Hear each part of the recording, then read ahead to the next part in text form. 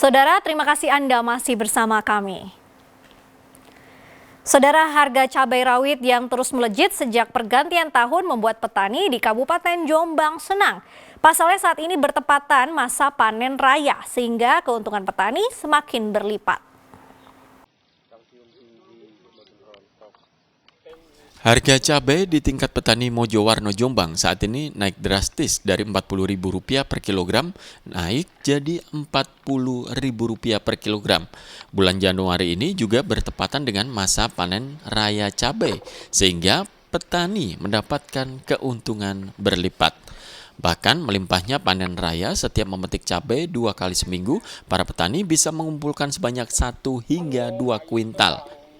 Saat ini tanaman cabai juga tidak ada serangan hama meski diterpa cuaca ekstrim. Ya alhamdulillah saat ini udah mulai meledak mahal. Jadi kisaran sekarang di pasaran sekitar 100 ribuan. Kalau di tingkat petani sekitar 80 sampai 90 ribu. Sebelumnya berapa, Mas? Sebelumnya 2 minggu yang lalu sekitar 40 sampai 50 ribu. Sementara itu, di saat petani merasakan keuntungan tingginya harga cabai, pedagang cabai di pasar justru resah dampak kenaikan harga cabai karena daya beli masyarakat menurun drastis. Sebelum harga cabai naik, pedagang setiap hari menjual sekitar 10 kg, kini hanya 5 kg. Itu kenaikannya agak drastis. Iya, dari berapa sekarang berapa? Kemarin tuh harga cuma 85.000. Iya. Tapi hari ini kena 100.000. Penyebabnya apa, Pak? Bisa naik drastis itu, Pak? Kayaknya tuh banyak yang rusak cabai. Jadi pasokannya Nah, sudah berapa hari ini, Pak, naik sampai gitu? naiknya itu ya menginjak tahun baru. Oh, mulai tahun baru. Sebelum tahun baru sampai sekarang. Naik terus. Tapi drastisnya malah kemarin. Untuk mencegah kerugian akibat menumpuknya stok cabai yang tidak laku terjual dan berakibat busuk, pedagang kini tidak berani menyetok terlalu banyak cabai rawit di lapaknya. Dwi Mujiarso melaporkan dari Jombang. Saudara, sebuah angkot berpenumpang 7 orang tertabrak truk tangki dari arah berlawanan di Jalan Raya Situbondo, Banyuwangi. Akibat kecelakaan ini, sopir angkot tewas di lokasi kejadian. Sedangkan 7 penumpang, 1 diantaranya balita, menderita luka-luka.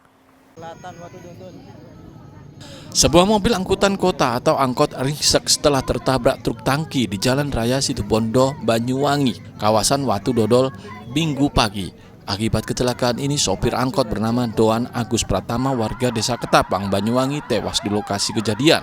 Sedangkan 7 penumpang, 1 diantaranya balita, menderita sejumlah luka. Kecelakaan bermula saat mobil angkot berpenumpang 7 orang melaju dari arah selatan ke utara Banyuwangi. Sesampainya di lokasi kejadian, tiba-tiba truk tangki melaju melebihi marka jalan dari arah berlawanan sehingga tabrakan tidak terhindarkan.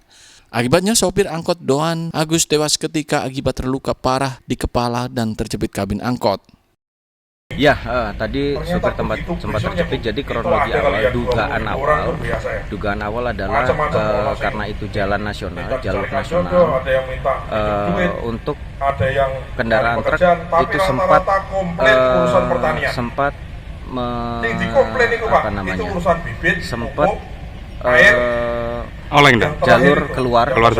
jalur keluar melebihi batas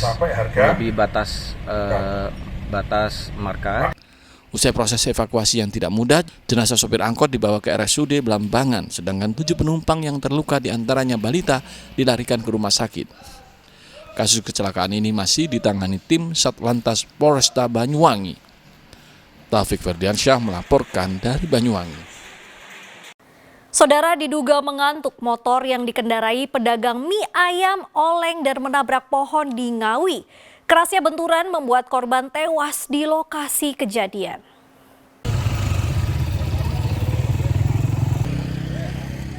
Kecelakaan ini terjadi di Jalan Desa Kaliwowo, Kecamatan Gedung Galar, Ngawi, Senin pagi. Sejumlah warga yang mengetahui langsung ke lokasi kejadian, ingin melihat dan mengetahui siapa pengendara motor tersebut.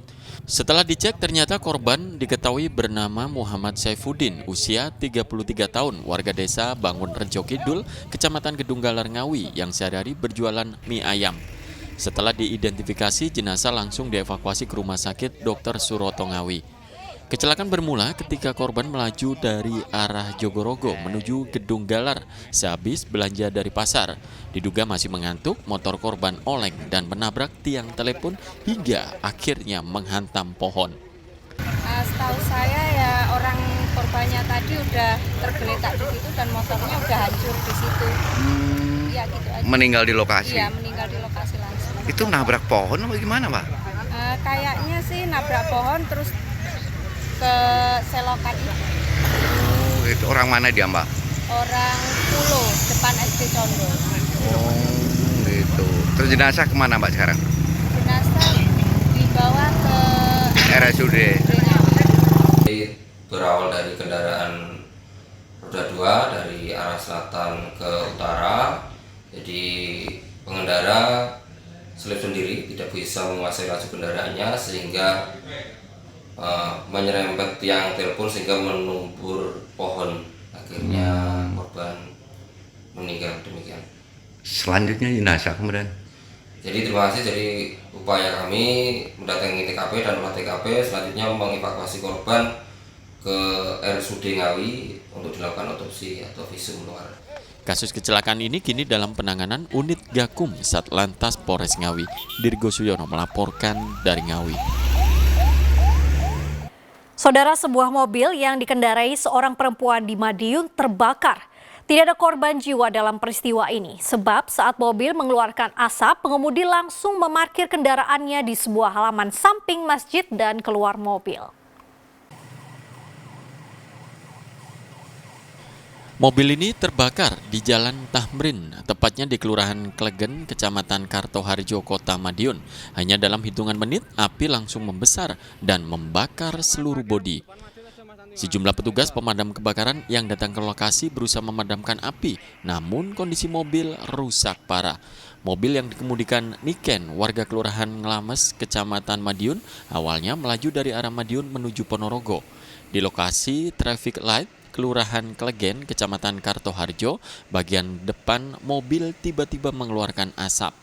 Pengemudi yang panik berusaha menepikan kendaraannya di tempat terbuka, samping masjid, dan langsung keluar dari mobil sebelum api membesar. Penyebab kejadian kami belum mengetahui, yang jelas ketika kami datang, api sudah sangat membesar. Yang terbakar ini apa ini?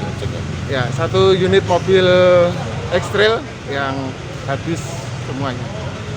Untuk penumpangnya? Untuk penumpang selamat, jadi pada saat informasi dari warga tadi sempat keluar percikan api, kemudian langsung parkir kendaraannya di halaman ini. Kalau percikan api dari sebelah mana informasinya? Gimana? Percikan api itu dari sebelah mana informasinya? Dari depan, jadi mungkin dari konsleting kelistrikan kendaraan ini sendiri.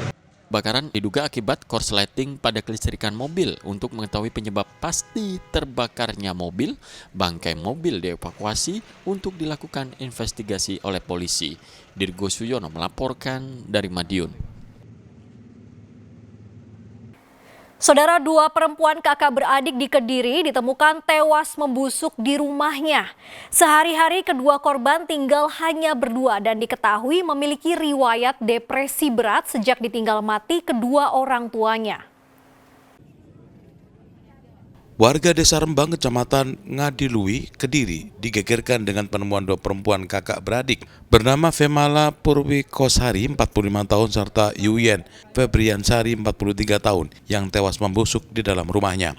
Jenazah keduanya diketahui oleh tetangga sekitar yang hendak mencari rumput di sekitar rumah korban. Saksi mata mencium aroma busuk dari dalam rumah korban hingga melaporkannya ke pemerintah desa serta aparat berwajib. Polisi masih menyelidiki kasus itu lebih dalam. Dari hasil pemeriksaan tim Inavis, petugas tidak menemukan bekas tindak kekerasan di tubuh korban. Menurut kerabat korban, keduanya tinggal hanya berdua dan menderita depresi berat selepas orang tuanya meninggal. Kedua korban belum menikah, bahkan sang kakak juga mengalami sakit pencernaan.